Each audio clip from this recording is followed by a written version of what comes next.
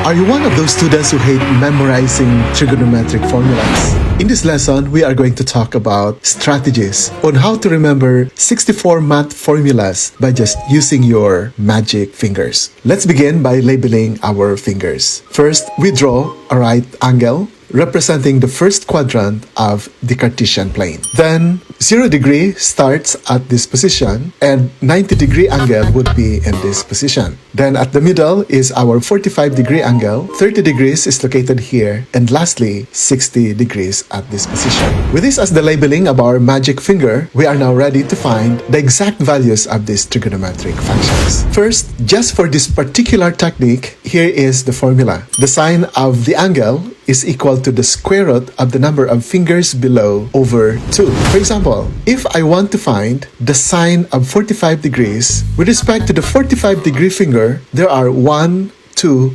fingers below the 45 degree finger. So using now this formula, sine of 45 degrees would be the square root of this number over 2. So we have the square root of 2 over 2 for the value of sine of 45 degrees. Next, if I want to find the sine of 30 degrees, I count the number of fingers below this highlighted finger, and there is only one. Therefore, sine of 30 degrees would be the square root of 1 over 2, which is simplified as 1/2. If we want to find the sine of 60 degrees, we count the number of fingers below this highlighted finger, and we have 1, 2, 3. So the answer is square root of 3 over 2 for sine of 60 degrees. And for the sine of 90 degrees, we count again the number of fingers below this highlighted finger, and we have 1, 2, 3, 4. So the answer is square root of 4 over 2, but square root of 4 is 2, so 2 over 2 or 1 is the answer for sine of 90 degrees. And lastly, for sine of 0 degree, since there is no finger below this highlighted finger, then our answer for sine of 0 degree is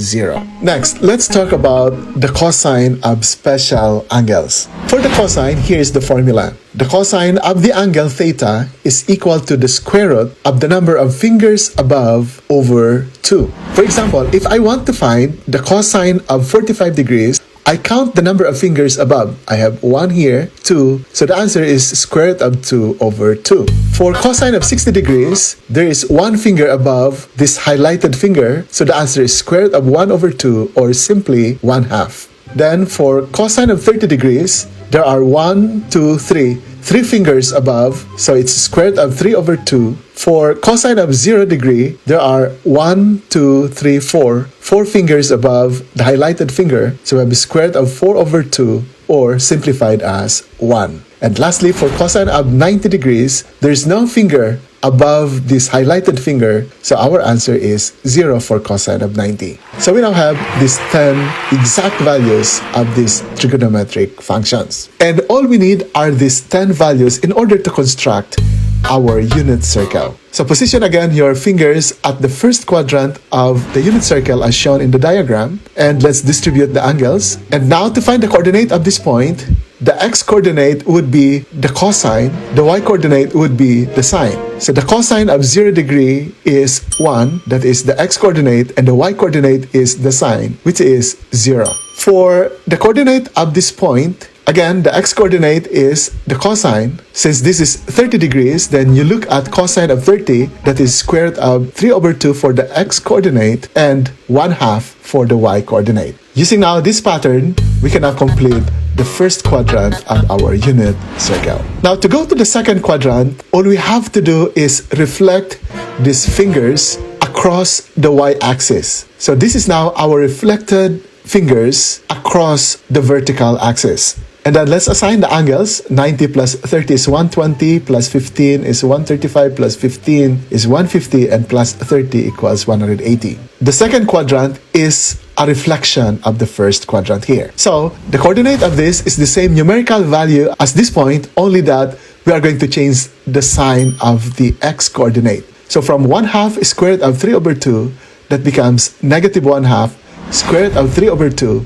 because x is negative at the second quadrant. And continue the process for the rest of the values at the second quadrant. Now let's go to the third quadrant. The third quadrant is also a reflection of this magic finger at the second quadrant with respect to the x-axis. And then let's distribute the angles. And for the coordinate of this point, you just copy these values, only that we are going to change the y-coordinate to negative. So we now have negative for the x-coordinate and negative for the y-coordinate because we are at the third quadrant. And we just repeat the process for the rest of the points at the third quadrant. Now, let's move to the fourth quadrant. Again, we have to reflect this magic finger located at the first quadrant to the fourth quadrant across the x-axis like this. And then for the angles, we have here 270 degrees, plus 30 is 300, plus 15 is 315, plus 15 again to get 330, and then go back to 360 degrees. Then since these fingers are reflection of the fingers in the first quadrant,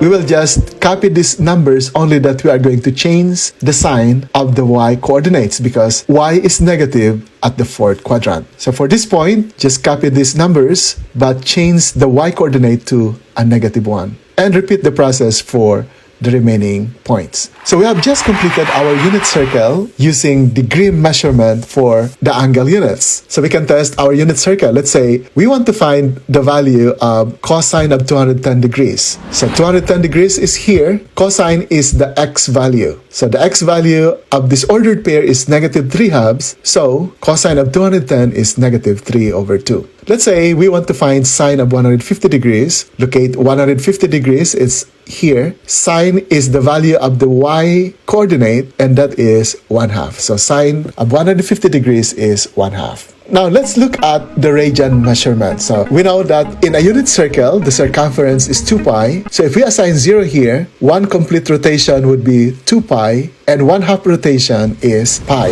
1/4 rotation is, of course, pi over 2, and 3/4 rotation is 3 pi over 2. So you count this way: 0, 1/2 pi, to 2 pi over 2, or 1 pi, to 3/2 pi, to 2 pi. Then instead of dividing by 2, we divide by 4. So we have pi over 4 here. This is 2 pi over 4, or 1/2. 135 degrees would be 3 pi over 4. Then here is 5 pi over 4. And here is 7 pi over 4. And then divide into 6 equal parts to get pi over 6 here. Then pi over 3 when reduced to lowest term. And continue the pattern until we complete all these fingers. Now for the application, let's say we want to find what is cosine of 4 pi over 3. So 4 pi over 3 would be this point. And cosine is the x-coordinate. And the x-coordinate here is -1/2. So cosine of 4 pi over 3 is -1/2. Another example, sine of 7 pi over 4. 7 pi over 4 is here. You look for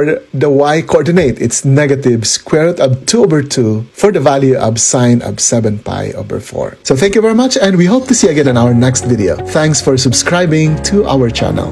Bye for now.